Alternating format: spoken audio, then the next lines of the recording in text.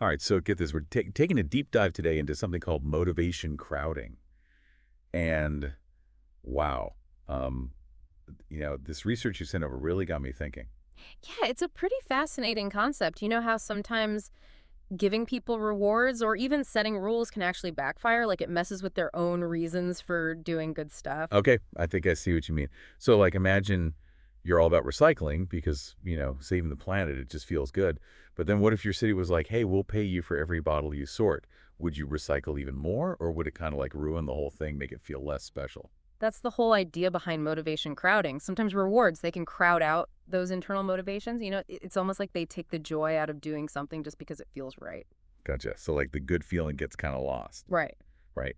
And speaking of feeling good, let's jump into that study with the farmers in Nova Scotia and those riparian buffers basically planting trees by rivers to help with water quality and the wildlife. Oh, yeah, that one had a really interesting twist.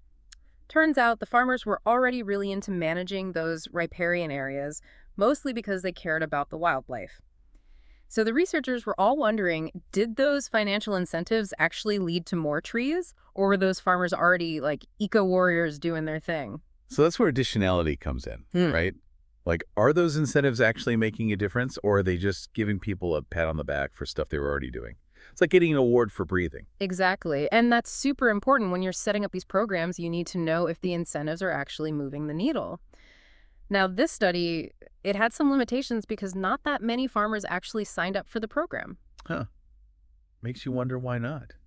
Maybe the payments weren't tempting enough, or maybe, like we've been saying, they were already in it for the love of nature. Yeah, that's a good point. The researchers, they also looked at something called secondhand crowding.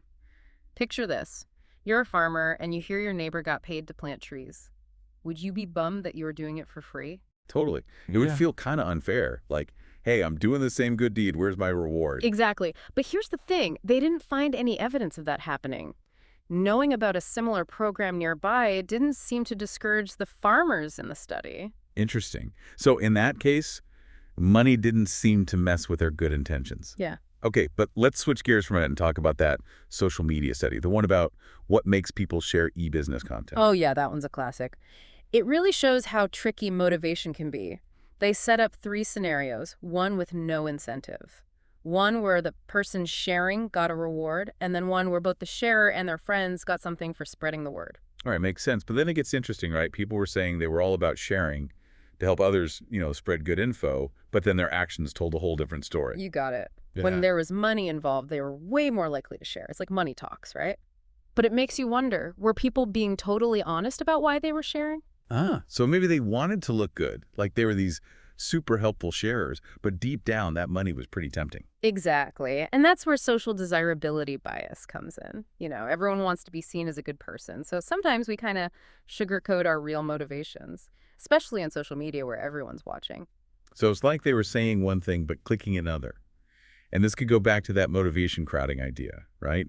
Maybe even small rewards. They were strong enough to overshadow those good intentions. Exactly. And it really makes you think how much of what we do is actually driven by these external rewards, even when we think we're being totally selfless. Whoa, that's a deep thought. Ugh. Okay, before we go too far down that rabbit hole, let's bring in that last study for this part. Yeah. The one about the no junk mail stickers in Germany. Ah, yes. That was a fun field experiment. They tried a few different things. First, they just gave out stickers. Then they added some info about why less junk mail is good. Then they actually tracked who was using the stickers. And finally, they offered a small gift to those who put up the sticker. Let me guess.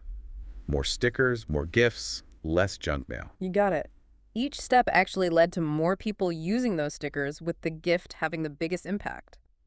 But here's the kicker. No signs of crowding out.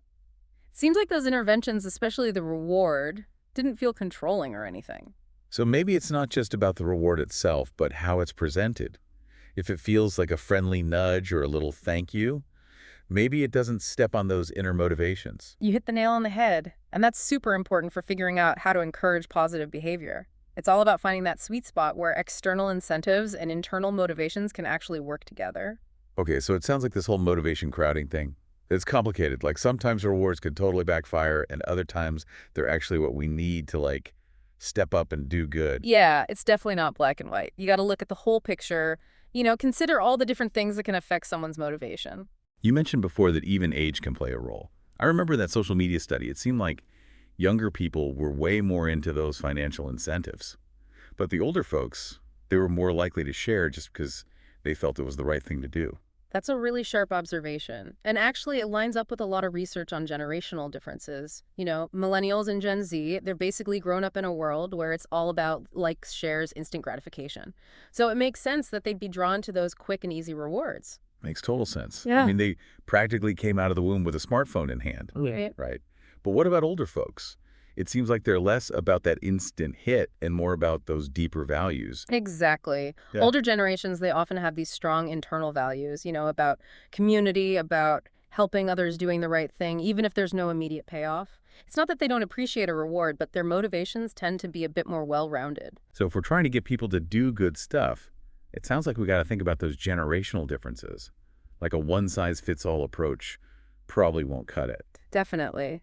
And it makes you wonder about how we approach things like protecting the environment or even getting people involved in politics. Like if we lean too heavily on financial incentives, are we missing out on tapping into those deeper motivations, especially for certain groups? It makes me think about those Cash for Clunkers programs back in the day. Yeah. Were they really the best way to get people to trade in their gas guzzlers? Maybe for some, but others might have already been planning to make the switch, for the sake of the planet. That's a perfect example, and it shows how important it is to understand people's existing motivations before we start throwing incentives around. Hmm. Like if someone's already passionate about something, maybe a simple thank you or acknowledging their efforts publicly would be more powerful than a cash reward. So it seems like we've covered a lot of ground here. We've talked about how rewards can sometimes kill our inner drive, how additionality is key to figuring out the real impact of incentives, and even how age can influence how we react to rewards. But let's bring it back to you, the listener. Why should you care about all this motivation crowding stuff? Well, think about it. Understanding motivation crowding can actually help you make better decisions in your own life. It's all about being more aware of what really drives you and then making choices that align with those values. So we're not just talking about some abstract concept here. This is something that can actually affect how we live our lives. Exactly. Think about those things you do just because you love them or because they give you a sense of purpose. Maybe it's volunteering in an animal shelter or spending your weekends fixing up old furniture. What would happen if suddenly you started getting paid for those things? Would it change how you felt about them? Would it still feel as good, or would it start to feel more like a job? That's the question you got to ask yourself. Because sometimes bringing money into the picture can actually take away from that sense of satisfaction we get from doing something simply because we love it. So it's like a little thought experiment, right? Trying to figure out what really makes us tick. Exactly. And while it might not always be easy to know exactly why we do the things we do, being aware of these potential crowding effects can help us make more conscious choices. Choices that line up with our values and ultimately lead to a more fulfilling life.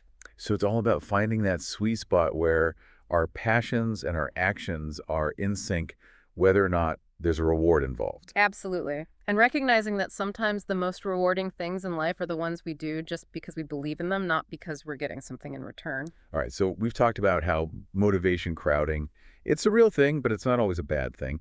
It's kind of like this back and forth between what drives us from the inside and those things from the outside that can either pump us up or like totally kill our vibe. Yeah, it's a tricky balance for sure.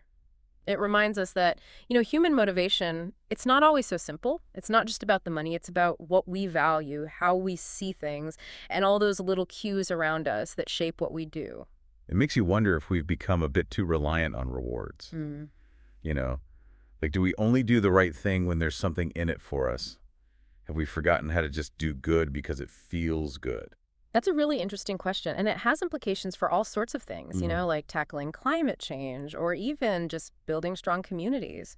If we're constantly bombarded with incentives and rewards, do we lose sight of why those actions matter in the first place? Do we start expecting a pat on the back for every good deed? Yeah, almost like we need a change in mindset. Yeah. Instead of always asking, what's in it for me? Maybe we should be asking, what kind of world do we want to build Yeah, together? exactly. And that means really understanding human values and motivations. It's about tapping into that desire we all have to connect, to contribute, to leave things better than we found them. And maybe it's about recognizing and appreciating those who are already doing amazing things, even without expecting anything in return. Those everyday heroes who volunteer their time, donate to good causes, or just go out of their way to make someone's day. Absolutely. Spotlighting those positive examples can be incredibly powerful. It reinforces those good vibes and reminds us that we can all make a difference, whether there's a reward waiting for us or not. So maybe the big takeaway here is that motivation crowding, it's complicated. There's no easy answer. Mm. But by understanding how it works, we can start creating better solutions. Solutions that not only encourage positive actions, but also nurture those inner motivations that make us human. It's about finding that sweet spot where external incentives and internal motivations work together, empowering people to make choices that align with their values and that help create a better world. Well, I think we've officially navigated this deep dive into motivation crowding.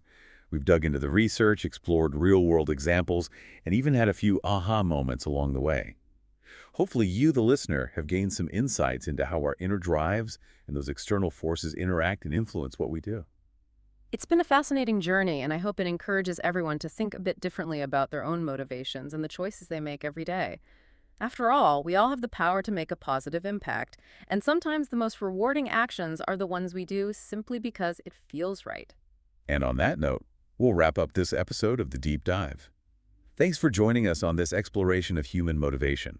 We hope it sparked your curiosity and maybe even inspired you to tap into those inner motivations that make life truly meaningful. Until next time, keep diving deep.